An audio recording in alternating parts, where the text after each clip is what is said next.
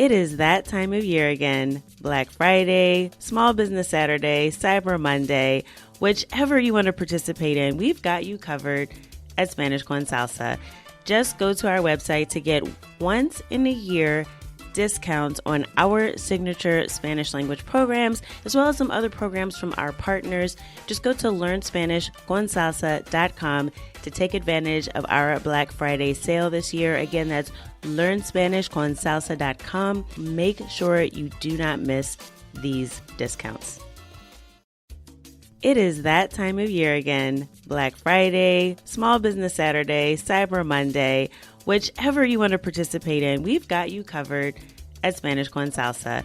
Just go to our website to get once in a year discounts on our signature Spanish language programs, as well as some other programs from our partners.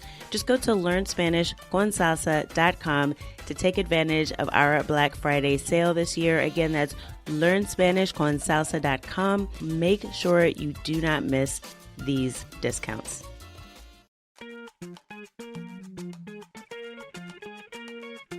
Bienvenidos! Welcome to the Learn Spanish con Salsa podcast, the show for Spanish learners that love music, travel, and culture.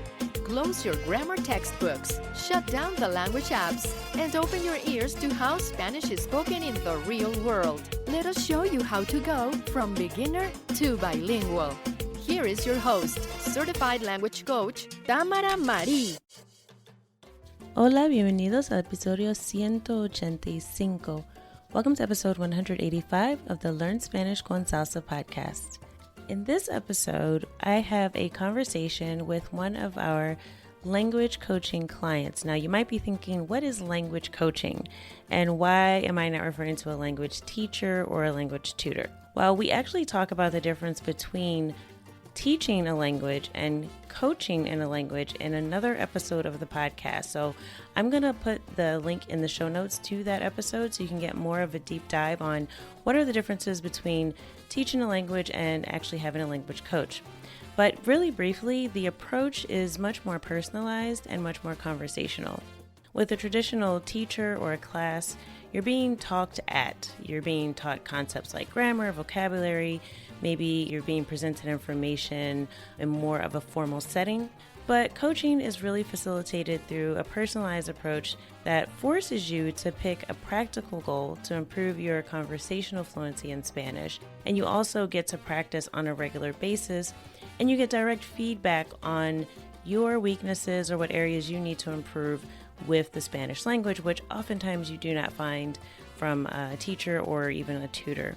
So in this episode, I wanted to highlight one of our coaching clients so that you could really get a behind the scenes view of what a Spanish language coaching experience is like. So in this episode, I'm joined by Phillip Hargrove, and he shares his approach to learning Spanish, how he was able to improve his conversational Spanish ability through the coaching process, and how he was able to do that even though he experienced some difficulties in his life during coaching. So I know a lot of people are thinking, oh, when is the right time for me to dedicate to Spanish fluency? And the real answer is now. You know, anytime that you're thinking about it, if you're listening to this podcast, you're obviously interested in improving your Spanish and speaking fluently. So now is always the best time, because guess what? Life is always happening. It's not going to stop. Perfect day is not going to come. The planets are not going to align for you to have a distraction-free, non-busy time of your life to dedicate solely to Spanish fluency. So that being the case, you just have to make a decision. And if you've been thinking about improving your Spanish and you really want to dedicate that time to reaching your goal to speak Spanish fluently, definitely go to our website, SpanishConSalsa.com/coach. That's SpanishConSalsa.com/coach. You will learn more about the language coaching process and just to see if it might be a good fit for you. So definitely check that out after you listen to this episode to see if Philip's experience is something that interests you and if you feel like coaching might be the approach that you need to push you over that line from just being a learner of Spanish to being a speaker of the language. So with that long intro, let's listen to Philip's experience with language coaching. And again, hopefully that will give you some insight into the process, and you'll get to learn how the coaching process in general can help you overcome challenges and get to fluency. So I hope you enjoy my conversation with Philip. Hi, Philip. Thank you so much for joining me on the Learn Spanish con Salsa podcast. Yeah, thank you for having me. I appreciate it. So, Philip, you were brought to my attention as one of our more successful folks that signed up for our language coaching. And I know for a lot of people, when it comes to learning a language, they're usually looking for a teacher. They want someone to just kind of tell them what to say, tell them about the language, explain it to them, talk very slowly, right? So they understand. And most people are used to like a tutoring approach or a teaching approach. But for language coaching, it is a little bit different, and we definitely encourage conversation. So I think for a lot of folks maybe listening to this, they're probably not sure exactly what is language coaching or why would they even want to do it. So first question I have for you is, before you got started with Spanish con Salsa, where were you with your Spanish? How long had you been learning Spanish, and what did that look like for you? Yeah, so I started learning Spanish in high school. I grew up in a city where a lot of people speak Spanish, so it was kind of always around me, and that was the language I took in high school. And then I took it in college a bit, had a couple of international trips. My high school actually did this thing where we went to Spain for a week and a half, so I got to do that. So I had some really good immersion experiences. And then I stopped doing any kind of formal study of it for 10 years. And there were just a lot of times where I thought, just based on different people in my life and culture that I like to engage with, music that I like to listen to, there were just a lot of times where I was like, man, I was so close to being fluent, because I felt like I did a lot of work early on when I was younger and just stopped for a while, but I still had the foundation of the language. Earlier this year, I actually had a friend who had gone, and they were living in Mexico for a couple of months, I think, trying to do the immersion thing to learn the language and also just get an international experience. And that was part of motivating me to do it. I had a couple other friends who were like thinking about moving to a Spanish-speaking country, and the energy was kind of around me, so I just decided, I should do this. I should kind of make that push so I feel more comfortable speaking this language that I know I can speak. I just need to learn some more stuff. Yeah, and I think a lot of people can resonate with that, because I also had the experience where I learned some Spanish in school. I thought that, I can speak a little Spanish. And then I think for me, it was the first time I actually traveled overseas where I realized, maybe not. Maybe my high school Spanish isn't going to get me through going to Panama. So I think that travel is also a great motivating factor, because you actually have some life experience, right? When you're in another country and you get to really see how the language is used in real life and not just in the textbooks. So what would you say, what were you trying before you decided to do language coaching? You mentioned you had some friends that were traveling or moving abroad, and it kind of brought back this desire for you to finish what you started with Spanish to really get to fluency. So what types of things were you trying and were you looking for before you started with coaching? I think the most recent thing I had done was just trying to do Duolingo, the regular app. And I did it for maybe a couple of months, and then it got a little stale. It was hard to identify if I was at the right level on the app, because you're not working with a person, you're just kind of letting it choose what types of lessons you should be doing. And definitely, I was maybe learning some vocabulary, but I wasn't feeling any more comfortable using the language or just giving it a try. So there was that. And then I actually had a friend who we had recently met, and he's fluent, he's bilingual. And I actually just asked him, I was like, hey, can you help me get more comfortable with Spanish? So we exclusively texted in Spanish at that time. That was happening right around when I started with y'all. So I think those were the main things. And talk a little bit about that too, because I think a lot of people do tend to start with an app like Duolingo, which I think is great for when you're a super beginner and you're trying to just get started. But you had already had some previous experience, so it sounds like you were just trying to refresh where you were. But kind of talk about the difference between using an app and texting in Spanish, which I know also it's a little bit different, but I feel like they're both in your comfort zone, because when you're texting, you have time to think about what you're going to type. When you're on the app, there's no person there that you feel like is judging you. So talk about what made you take the leap from just texting with your friend and just doing Duolingo to where you were like, look, all right, if I really want to speak the language, I need to do something different. Yeah, I mentioned the feeling earlier about just feeling comfortable. That wasn't changing. So even if I was maybe learning some new word or some new, grammar or something like that, I still felt just as nervous when like I would get a text and was like, okay, I don't really know what this means. Should I ask, or do I need to like Google and that kind of stuff? Oh, I want to say this, but I'm not really sure how I want to say it. I would just kind of feel nervous and uncomfortable. And yeah, that wasn't really changing no matter what other ways I used to study. And interestingly enough, I'm not 100% sure because I never Googled like language coaching, but this podcast showed up on my Spotify. I don't know if I had been searching for Spanish music or something. Maybe I had searched the Duolingo podcast or something like that, but it was suggested and I listened to a couple episodes and I was like, oh, this sounds like a cool thing to do. Maybe I can give this a try. So that's really where it came from. I said, oh, here is maybe another way to try this. So I guess I should do it. And do you remember if there was anything particular you heard on the podcast or something that made you kind of consider trying a different route? Nothing particular that I heard on the podcast that made me want to do it. I think just it might have been the first time that I had heard about the actual one-on-one coaching. And I know that I like the one-on-one engagement. That's a really helpful way for me to learn and just get more comfortable with things. So I think just hearing that it existed motivated me to, hey, why not give it a try?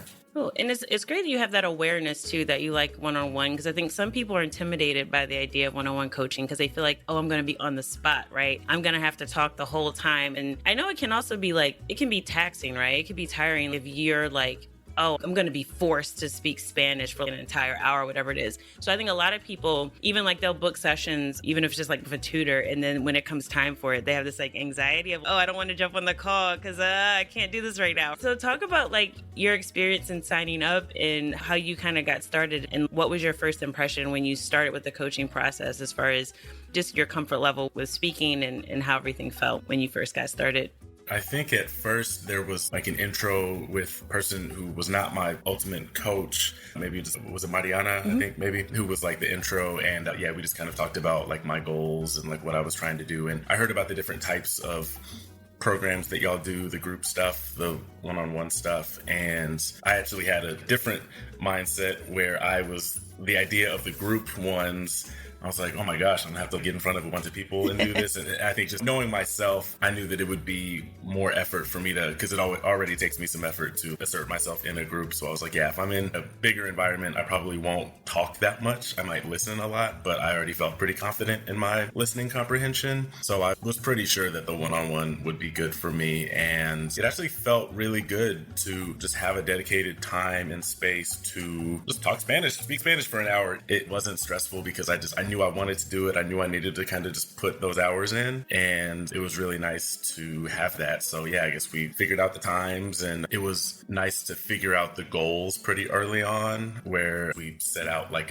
not a syllabus, but like a plan for what my goals would be over the next several weeks or the next few months, I think. And she really helped me understand where I was and kind of identify some, I don't know, maybe areas of weaknesses or just like things that I could really focus on. And also just helped me feel more confident in my ability to do it, because she was like, yeah, we set a goal for me to have a 30-minute conversation with somebody in Spanish. And we had done that by session 3 or something like that. Yeah, it was really nice to just kind of have some, what do you call them? The SMART goals, the ones that are like measurable and all of that. So set those goals and then work towards them. It's hard to do that in other ways of self-study. So it was really nice to have, a coach to help me along that path. Yeah, and you mentioned, I think, her pointing out some of the areas that you could improve and getting that feedback. And I think that's really important because a lot of times when we're learning Spanish, especially as like native English speakers, there are certain errors that are pretty common that we make, right? And there are certain things that we develop as bad habits, I'd say, because we're just kind of used to it. Because especially if you're learning on your own and you're reading things and you're reading them in your head, you could be making some like pronunciation errors that you don't know until you actually try to say it to someone. And you really don't know until you see how they respond. And you get that feedback of, did they understand me? Or did that sound awkward? Or is there a better way to say that? How can I sound more natural? So I think getting that feedback is an important part of the process. And you also talked about setting a goal to have a 30-minute conversation and how you accomplished it in 3 weeks, which I think is really pretty impressive. So was that a surprise to you that you were able to reach your goal so quickly? And then from there, did you set another goal? Like, how did that goal setting process feel and how did that work for you? Yeah, it's really interesting the timing of when I took this because it aligned with a time in my life when I also had a career coach, just like professionally. And we identified with that coach that just a big issue that I had was self-confidence. So not realizing like where I was in certain places. Professionally, that meant one thing, but in terms of learning another language, that's huge. You have to feel confident because then that allows you to just do the thing that you are trying to do. So I had the foundation, but I would always just feel so uncomfortable that I would give up before even trying to just have an extended conversation. And it was really helpful to frame it in that way because, we realized the first couple of times, it was like,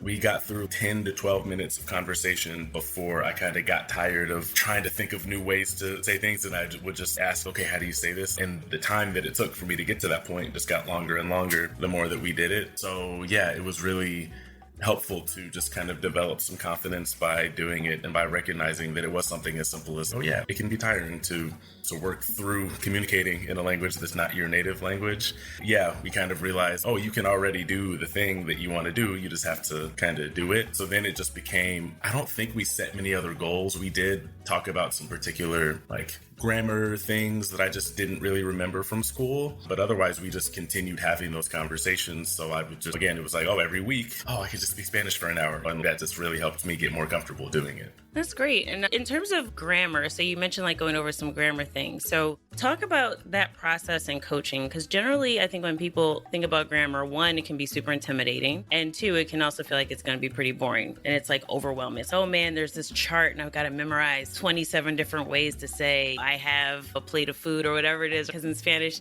when you come from English, the Spanish grammar can feel a bit cumbersome. So talk about how is the process with learning grammar with the coaching approach different from kind of doing it on your own or through an app?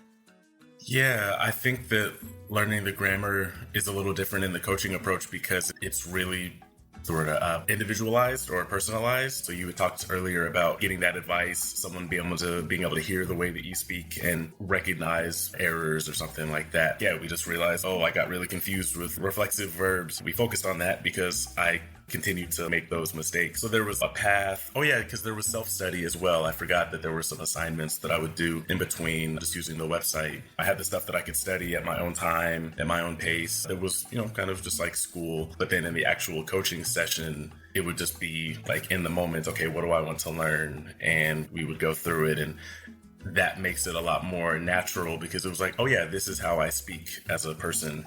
How do I do that in another language? If I use certain types of phrases in my regular speaking, how do I make sure that I know how to do that in this other language? It just felt a lot more personalized. And something you mentioned there I think is super important. One is knowing what your blind spots are, right? So I think with coaching, one of the things that you don't get from when you're talking to a friend, like you mentioned, you have some friends that live in different Spanish-speaking countries or traveling there or are already bilingual. And the problem with having conversations with those friends is that they're generally not going to correct you, right? If they can kind of understand what you're saying and the conversation flows, or you're able to ask them, okay, how do I say this? Then they're going to just encourage you if they're good friends, right? Unless they're mean, and then why would you want friends like that, right? But they're generally just going to be man, I understood what you said. Yeah, no, you're doing great. Your Spanish is good. That's generally what you'll get. But if you are making the same mistake over and over again, a friend, a language exchange partner is usually not going to give you that level of feedback. So you really don't improve. And you also tend to make those mistakes worse over time because the longer you do something, the less aware you are of it and the harder it is to reverse course and fix those things. So that's one thing I do love about the coaching process. And you also mentioned career coaching as well, that you're able to get someone else, another pair of eyes, to look and go, this is what you're doing that you could improve, and having that dedicated space and time to focus on getting better versus just learning, right? Because we could learn all day. You could Google probably anything. You'd probably even get ChatGPT to tell you whatever, but you're not going to get that feedback from AI or from just a casual friend that speaks the language to help you actually get better. So that I'm glad that you noticed that, and that awareness really helped you and identify and focus on specifically the things that you needed to improve. So just kind of looking back, Phillip, on where you were when you got started and how you felt about your level of conversational fluency Spanish after the 12 weeks. Just reflect a little bit on how you felt by the end of the coaching program and from where you were when you started. So by the end, I just felt way more confident, way more capable. and motivated to just kind of continue working at my own pace, but realize that when I do want to put myself in spaces where I would be speaking Spanish like more often, I know how to be prepared for that. One of the things I always talked about was like, I have a lot more vocabulary to learn. I have the foundation of the language, but there's just a lot of words that I don't know how to say. I think just having long conversations with somebody about regular life. I had a lot of stuff going on at that time. I changed jobs in between. That was a big thing when I was talking with her about that. So I was learning how to describe my job in Spanish. And then the new one, I had some health issues. So talking about doctors and all these other things. We talked about mental health and everything. So it was like, I made a friend during that time. And it was really cool just to do that and see that you can connect with people. Of course, we used English at some times, but we talked about real stuff. I just felt way more confident in my ability to do that. So I think before starting it, I almost had this like sadness because it was like, oh man, I said that a lot. I would always say this, if I had just kept on studying Spanish for a couple more years, I'd be fluent by now. And I was like holding that over my own head. And then when we finished, it was like, oh yeah, Philip, you lived the life that you lived. And you didn't kind of keep on going in that same pace, but you didn't lose this thing that you had, and you still got learning to do, but you can understand very well, and you just work on your speaking a little bit. But I had a much better outlook on my Spanish studies, I guess. That's great. So it sounds like the confidence that you were looking for, that through the process you actually were able to regain that confidence, that you felt like you had some unfinished business with the language, and that you were able to get to a point where you have now confidence where not only did you progress through that process of coaching, but now the confidence to know what to do in the future, right? So when you want to speak about something different, how to approach it versus just kind of starting back at square zero, where like, I don't even know what to do. And I feel, horrible about because I don't know everything yet. So that's amazing. Thank you for sharing that in your story. And I hope that there's something in what you shared that resonates with someone who's listening to this that might be in the same position as you, right? That maybe they took some Spanish in high school where they felt like, man, I was so close, but why didn't I ever finish this goal? So I was really glad to hear the experience you had with Hael. She's one of our coaches that's been with us for quite some time, and she's just really good at connecting and just being compassionate. Like you said, you guys talked about real stuff, and I think that's something else you don't get from even just listening to a podcast like this or doing a course, because how many courses out there are going to tell you how to talk about the fact that you broke your pinky toe last week or whatever it is, right? Because that's not in a course curriculum, no matter what you're looking for. So really that individualized approach, I think, is the thing that I keep hearing you say that helped you. And I think that's so important, especially in a world where I feel like we think technology is going to take over everything, that we really miss out on the human connection, which I think is the point of language anyway, right? You learn a language because you want to connect with other people, not because you want to pass an exam. You may want to do that too, but ultimately you want to be able to talk to people and connect with them in their own language. I'm so glad to hear about your experience there. And so, Philip, do you mind then, for those who might want to hear, do you mind if I ask you a few questions in Español? Okay. Sure. Entonces, Philip, ¿cuál es tu palabra o frase favorita en español? ¿Tienes alguna? Nunca he pensado en esta pregunta, pero recuerdo cuando estaba en la escuela secundaria, mi maestra, ella fue hablando sobre los verbos, the conjugations. La conjugación de los verbos. Las conjugaciones.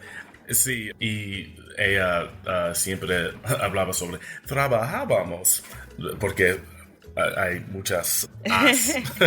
But that's a word that I always think of that's kind of funny. Sí, el imperfecto suena raro, creo. Sí. Y entonces, ¿te gusta la música latina? Es interesante porque vivo en Florida, en Orlando ahora. Hay mucha música de Puerto Rico o la República Dominicana, pero cuando nací en Texas y fue muy más música mexicana, así ahora es un poco diferente. Sí. Porque escucho diferentes músicas, pero sí. Entonces, hoy en día, ¿tienes una canción favorita de música latina? No sé, escucho el artista Omar Apollo y algunos de sus canciones son en español. What's that one called? Pero sí, no tengo un favorito ahora. Si no tuvieras que trabajar, ¿qué harías con el tiempo adicional? Es es fácil porque yo he pensado en esta pregunta. Quiero ser un profesor.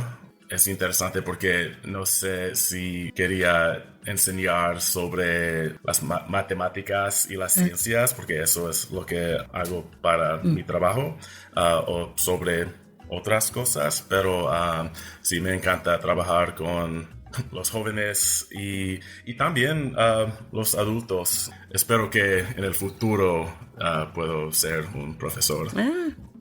Y quiero tener bastante dinero para hacerlo, sí, porque no reciben mucho dinero en este estado. Ok, entiendo. Y la última pregunta que tengo para ti es, ¿cuál país hispanohablante te gustaría visitar? Quiero visitar Argentina porque quiero, no sé, cuando estás en las montañas, hay muchas cosas de la naturaleza en Argentina, que sí es muy, muy bella. Sí. Muy bien. Okay, entonces, Philip, muchas gracias. Thank you so much for joining me on the podcast today. And I hope that your story inspires someone else to really take the leap and start speaking more Spanish, because that's the way that I believe you really begin to connect with yourself and with the language and to really get better. So if you want to be fluent, you just got to start speaking. Yeah, thank you so much. And this interview was helpful because, I haven't spoken Spanish in a few months. So, you helped me re-break the ice. There you go. I'll start listening to more Spanish music Cool. at least. So you got a little bit of practice in today too. So, All right. right. Thank you so much, Philip. Thank you. I hope you enjoyed that conversation, and that maybe if you're listening to this and you're thinking, I don't know if this is right for me, go to SpanishConsalsa.com/coach. You can set up a conversation with our team, and we can just kind of walk you through what the process is like and what it would look like for you. And who knows, 12 weeks from now, you might be hearing your own voice on this podcast, speaking Spanish with confidence, and finally getting to your goal of fluency. Now, if you're listening to this as we release the episode, the year is really rapidly wrapping up. But if you get started now, you can go into 2024 speaking Spanish with confidence, speaking more fluently, and really being able to get away from just the learning mode into the speaking mode, okay? So as always, I hope something in this episode has helped you go one step closer from Spanish beginner to bilingual. And don't forget to check out SpanishConsalsa.com/coach to find out more about language coaching. Hasta la próxima.